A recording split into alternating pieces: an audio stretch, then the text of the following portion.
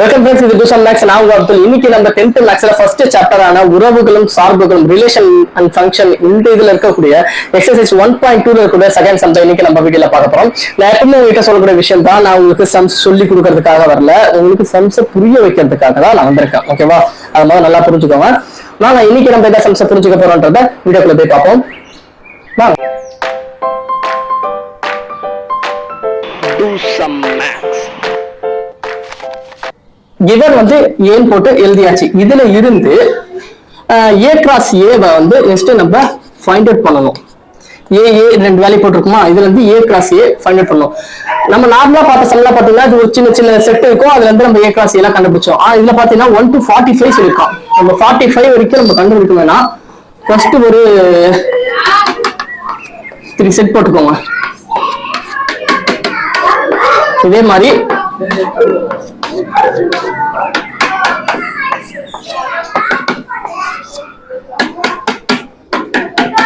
ஓகேவா? First set என்னமா இருக்கும், இது 1 இருக்கு, இது 1 இருக்கு. அப்ப 1,1 வரும். அப்புறம் 1,2ல இருந்து 1,45 வரும். ரெண்டாவதுல 2 எழுதுவோமா, 2,1 2,2 and 2,45. next 3,1 3,2 அதுல இருந்து லாஸ்ட் இது 45 1 2 3 அப்படியே கண்டினியூயா போட்டு போலனா லாஸ்டோட இது என்னது 45ல. அப்புறம் 45,1 45,2 லாஸ்ட் 45,45. இதோட ஏ கிராஸ் ஏ வந்து பினிஷ் ஆகும். இந்த ஏ கிராஸ் ஏக்குள்ளதான் ஆறுன்ற செட்டு இருக்குன்னு சொல்றோம். ஆறுன்ற செட் எதுக்குள்ள இருக்கு, இந்த ஏ கிராஸ் ஏ உள்ள சப்செட்டா இருக்கு அப்படின்னு கொஸ்டின்ல நம்மளுக்கு சொல்லியிருக்காங்க. இப்ப ஏவோட செட்டை எப்படி கண்டுபிடிக்கிறதுனா ஒண்ணுமே இல்ல, சிம்பிள் தான். ஏவை ஸ்கொயர் பண்ணா இதோட ஃபர்ஸ்ட் வேல்யூ கண்டுபிடிக்கலாம் அப்படின்னு சொல்லிருக்கோம். அப்ப ஏவை ஸ்கொயர் பண்ண என்ன வரும், ஏவோட வேல்யூல என்னென்ன 1 வந்து 45, 1 ஸ்கொயர் பண்ணா 1, செகண்ட் என்ன இருக்கு 2, 2 ஸ்கொயர் பண்ணா 2 2s are 4.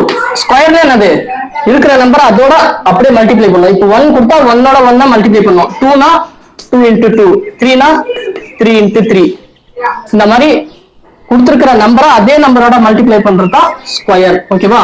அப்ப 3 ஸ்கொயர் என்ன வரும் 9, 4 ஸ்கொயர் 16, 5 ஸ்கொயர் 25, 6 ஸ்கொயர் 36, 7 ஸ்கொயர் 49. இப்போ இதுல நீங்க இன்னொரு விஷயமும் பார்க்கணும். ஆறுன்ற செட் எதுக்குள்ள இருக்க சொன்னாங்க, ஏக்குள்ள இருக்கக்கூடிய சப்செட்னு சொல்லிடுவோம். அப்ப ஏவோட லாஸ்ட் செட் என்னவா இருக்கு 45, 45 45 தான் லாஸ்ட் நம்பர். இங்க 49 இருக்கு. அப்ப என்ன வரும், இந்த இதுக்குள்ளதான் அமையும், 36க்குள்ளதான் இருக்கும். இப்ப இது வந்து நம்ம ஈஸியா ஆரோட செட்டா அப்படியே எழுத வேண்டியதான். என்னன்னா ஃபர்ஸ்ட் இது 1,1 2,4 3,9 4,16 5,25 then last 6,36. இதுல வந்து ஆரை ஃபைண்ட் அவுட் பண்ணியாச்சா, அவ்வளவுதான்.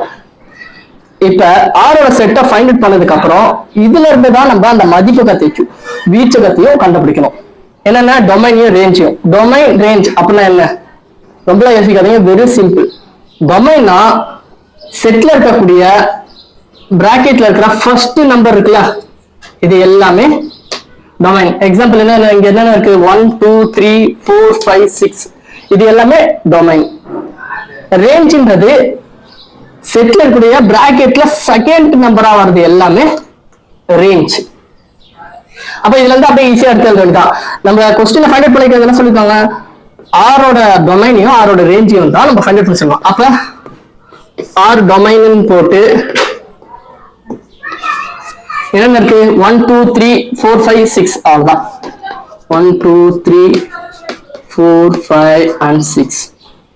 நெக்ஸ்ட் என்ன ஃபைண்ட் அவுட் பண்ண சொல்லுங்க, ஆரோட ரேஞ்சுன்னு போட்டு சீக்குவலண்ட் என்னென்ன 1 4 9 16 25 and 36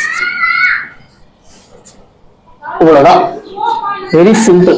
கொஸ்டினை மட்டும் பார்த்து எந்த ஒரு சமயம் இடப்படாது. ஓகேவா? கொஸ்டினை பார்த்தோன்னே சரி இது இவ்வளவு பெரிய கொஸ்டினா இருக்கு இதெல்லாம் எப்படி போடுறது அப்படின்னு சொல்லி எதுவுமே யோசிக்காதீங்க. ஜஸ்ட் நீங்க போட ஆரம்பிச்சீங்கன்னா போதும், எல்லா சமயம் ஈஸி தான். ஓகேவா? நெக்ஸ்ட் சம்ம நம்ம பார்ப்போம். இதுக்கான ஃபுல் நோட்ஸ் வந்து வீடியோ எண்ட்ல கண்டிப்பா வரும். நீங்க அதுல நோட் பண்ணிக்கோங்க. இதை ஜஸ்ட் நீங்க புரிஞ்சுட்டா போதும். இதுக்கான கம்ப்ளீட் நோட்ஸ் வீடியோ எண்ட்ல வரும். ஓகேவா? இதே மாதிரி எல்லா சம்ஸும் நீங்க தொடர்ச்சி கண்டினியூ பார்க்கணும்னு நினைச்சீங்கன்னா என்னோட சேனல் சப்ஸ்கிரைப் பண்ணிருங்க. பெல் ஐக்கான மறக்காம பிரஸ் பண்ணிருங்க. அப்பதான் நான் வீடியோ போட்டாலும் உங்களுக்கு மெசேஜா கன்வெர்ட் ஆகும். ஓகேவா? அதே மாதிரி என்னோட சம்ஸ் நடத்துறதுலாம் உங்களுக்கு பிடிச்சிருந்துச்சுன்னா லைக் பண்ணுங்க, கமெண்ட் பண்ணுங்க. அதே மாதிரி உங்க ரிலேஷன் ஃப்ரெண்ட்ஸ் எல்லாத்தையுமே வந்து கண்டிப்பா ஷேர் பண்ணுங்க. உங்களுக்கு யூஸ் ஆனாலும் சரி அவங்களுக்கு யூஸ் ஆகும். ஓகேவா? பை. நெக்ஸ்ட் செஷன்ல பார்ப்போம்.